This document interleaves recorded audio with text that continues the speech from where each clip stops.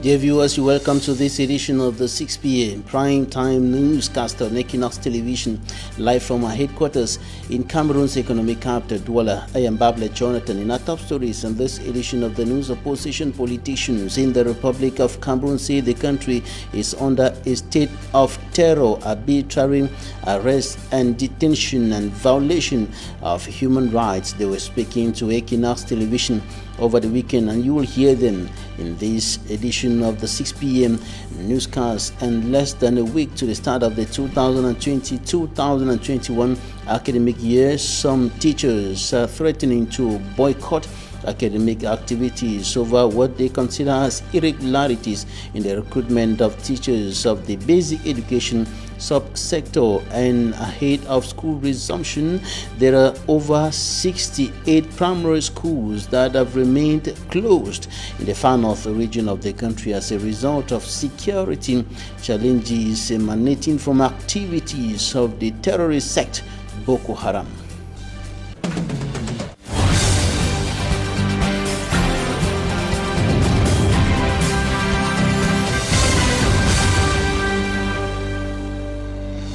Opposition politicians in the Republic of Cameroon decry what they consider as a state of terror, arbitrary arrest and detention and gross violation of human rights in the Republic of Cameroon. They were speaking to Équinoxe Television over the weekend, and Innocent Azio, for me, Armstrong Sander, compiled their views in this report.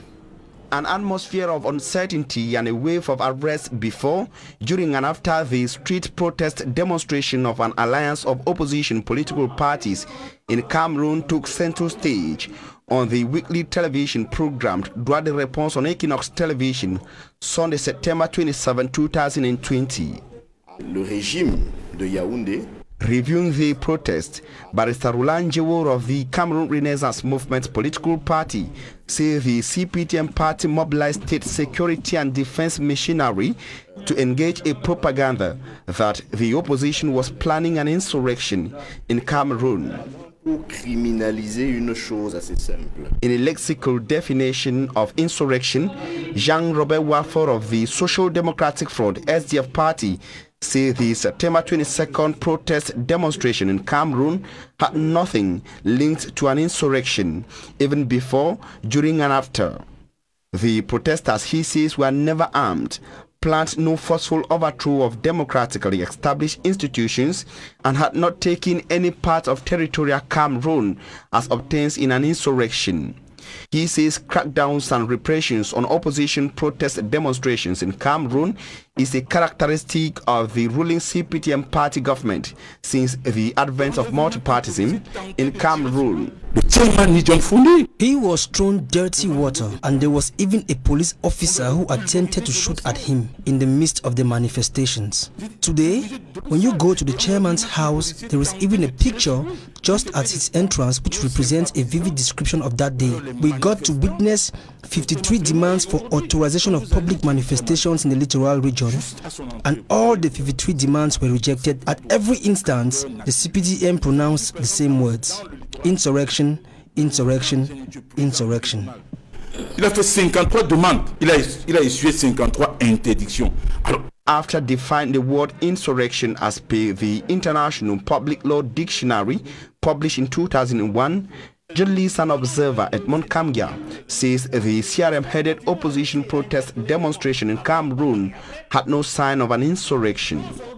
He regrets that the clampdown on protesters had taken Cameroon many years back to the already abolished anti-democratic laws era. Nous sommes revenus en réalité.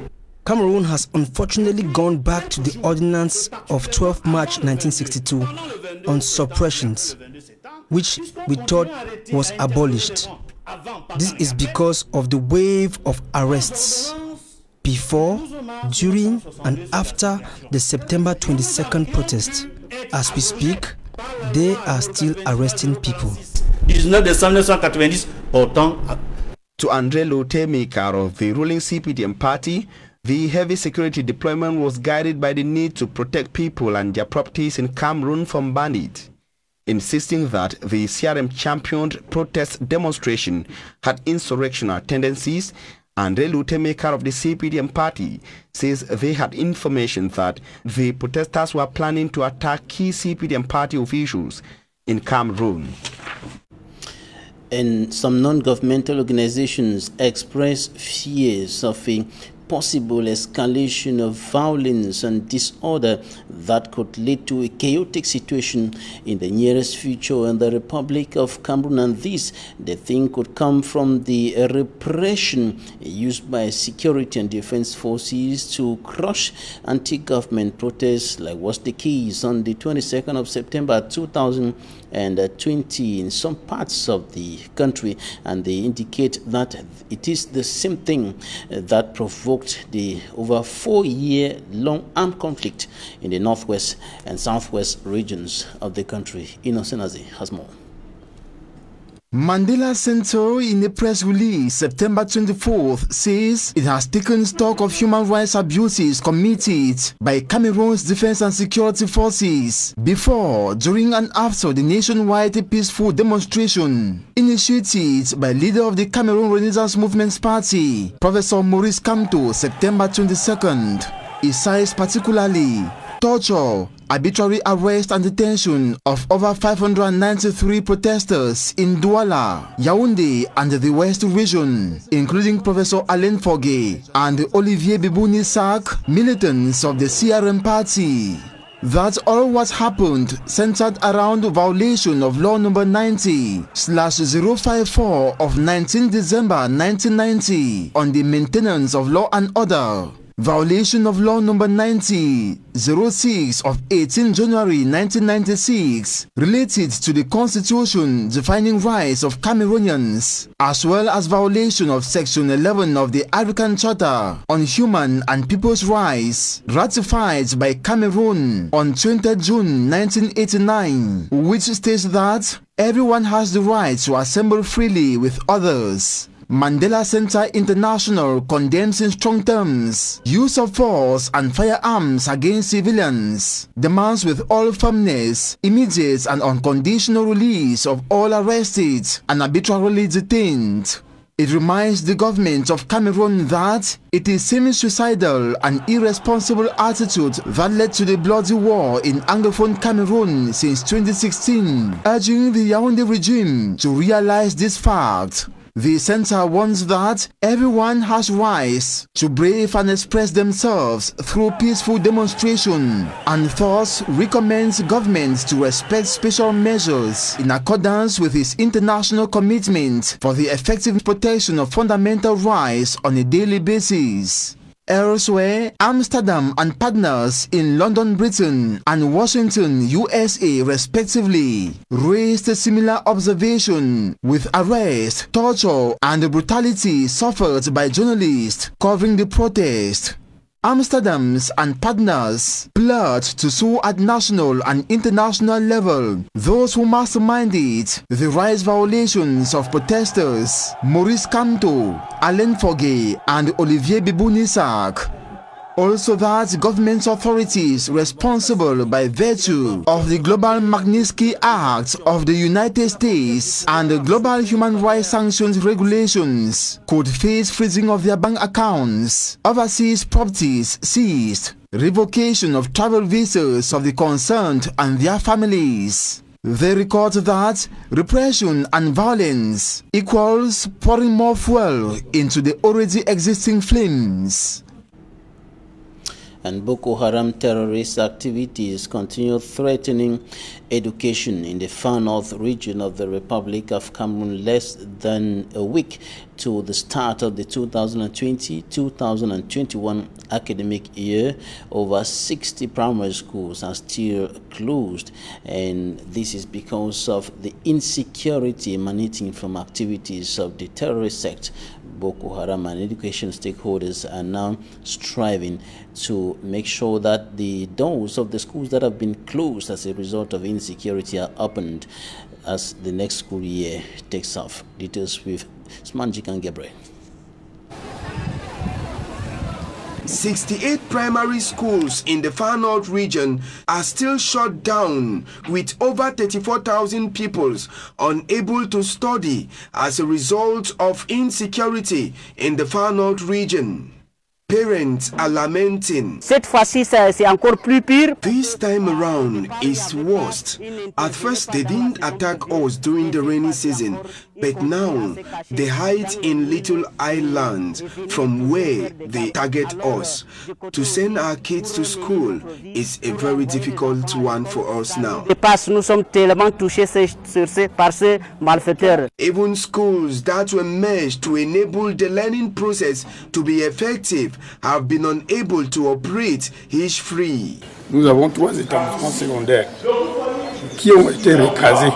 3 years now that this school can't organize exams into Forms 1, even though we have merged them. The student population is not much. Avec cet atelier, je pense que ça donne l'espoir à la communauté éducative.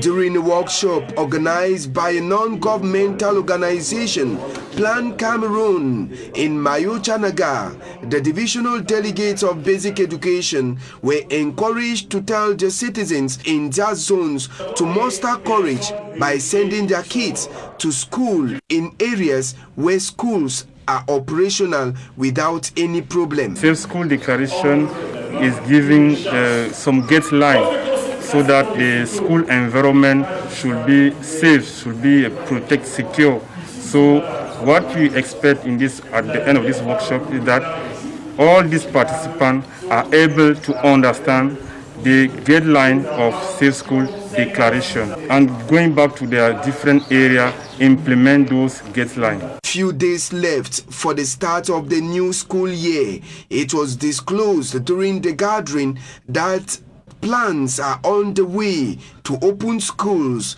destroyed by Boko Haram. Ahead of school resumption, several children in Anglophone Cameroon are in a confused situation. Many of them have been abandoned to themselves. Their parents have escaped into the bushes, or some have been killed. And the question now that our reporter is asking is, can these children go to school on their own? And in the present difficult and uncertain security situation surrounding them, he talked to some children in some of the villages in the southwest region of the country. He compiled this report. This is now their own world, with no mother and no father around them. We are in Mamu, a village in Buea subdivision, the southwest regional capital of Cameroon. They tell my papa and my big brother. They not let me and my brother now, so they took my father and my big brother away. They here, he referred to the military, he says. And I am left only with this, my other brother. I'm so hungry, we are hungry, and there's nothing to eat. There was a raid here. An adult escaped further into the wild, leaving these children behind. But for how long will these kids be left alone? It's another question.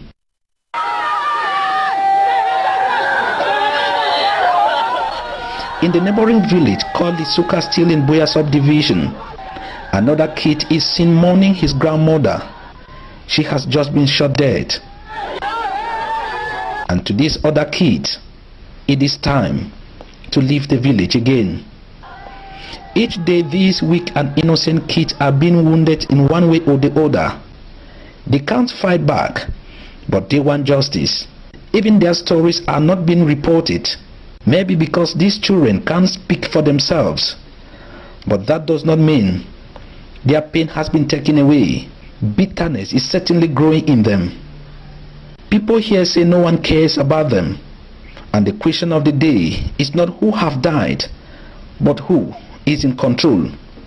Someone needs to genuinely explain to these kids why the shooting and killings, why their parents are running into the bushes, and why some of them are being carried away in trucks. Critics say it is unfortunate that the main actors on the field, be it the military, government officials, separatist fighters, especially those in the diaspora, their children are not here. and conflict experts have advised severally to those inflicting pains on these kids directly or indirectly to stop, for thinking that these other ones will pay the price for their own children to come and roll them in the future. It's not visible, because today even these ones are recording that they are fighting to live, and those among them who will survive will be buried somewhere, that they are living to fight back one day. Back to school bell is already ringing, but what about them? Back in the city center of Boya, Prince Dub Gima of the People's Foundation says his foundation is contributing its own quota. Today we're doing a back to school campaign where we're trying to help some of these internally displaced children that cannot afford to go to school, to give them at least a means to go back to school by providing them with their writing material. The Richard reporting there. And some teachers are threatening to boycott academic activities as the new school year draws near. They are protesting over what they consider as irregularities in the recruitment of basic education teachers in Cameroon. Immaculate Fogue reports. Less than a week to the start of the new academic year in Cameroon, a group of Grade 1 certificate holders in Douala who were sidelined during the recent recruitment of basic education teachers into the public service convened a meeting expressing their determination to boycott the 2020-2021 teaching activities. My name is Madame Leah Tenje. I am one of the frustrated teachers in Douala Littoral. Concerning this our fight, our state of mind, it is not really in a good terms, because we have been waiting for a long time up till now, and the Prime Minister promised us that he is going to do something concerning our fight, and up till now we are still waiting. The disgruntled teachers are denouncing irregularities that surround their recruitment. They say if nothing is done by the government, they will have to continue revindicating. We are not motivated to work for this coming school year because we are not really in a good state. We have been in suspense for a long time, and he promised us that he is going to give an additional list for the frustrated teachers. But up till now, we are still not being able to carry on our activities that is going to take place soon. We will still continue to fight this fight till they are going to satisfy us. It should be recalled that a few months back, holders of Grade 1 certificates known by its French acronym CAPIEM stormed the Prime Minister's office in Yaoundé, protesting against irregularities in the recruitment exercise. Some inhabitants of the Douala 2 subdivision have been condemning what they qualify as an abomination. Mothers who give birth to their children and throw the baby or the babies in the dustbin. A case in point in this newscast happened last weekend, and the macabre discovery of a dead baby was made by the population in a dustbin around the Sonel Kululu neighborhood in the Douala 2 subdivision. And the population, taken aback by that macabre discovery, condemned that attitude by some women who keep the baby in their wombs for 9 months, and after delivery throw the child or children in the dustbin. One of the witnesses spoke to us. Take a listen. It's too terrible. On my way out, we met a baby on the dustbin, already formed, with 2 legs, 2 hands, head, everything is already. For me, it's a baby of 5 months already. It's too terrible and it's too bad. I don't see the reason why somebody will do this type of a thing, because it's too terrible. I'm just advising our youth out there. I'm just advising them, in case of incasity, just take your courage and bring up this baby. You can even give it to motherless baby, or you look for somebody that is in need of it, because many are in need of it. The fruit of the womb comes from God. It's God that gives it. You don't have any right to take life. So it's too terrible. I'm advising them to stop this. It's too bad. It's too bad. This is where we end this edition of the news on Équinoxe Television. Thanks for staying with us. Goodbye.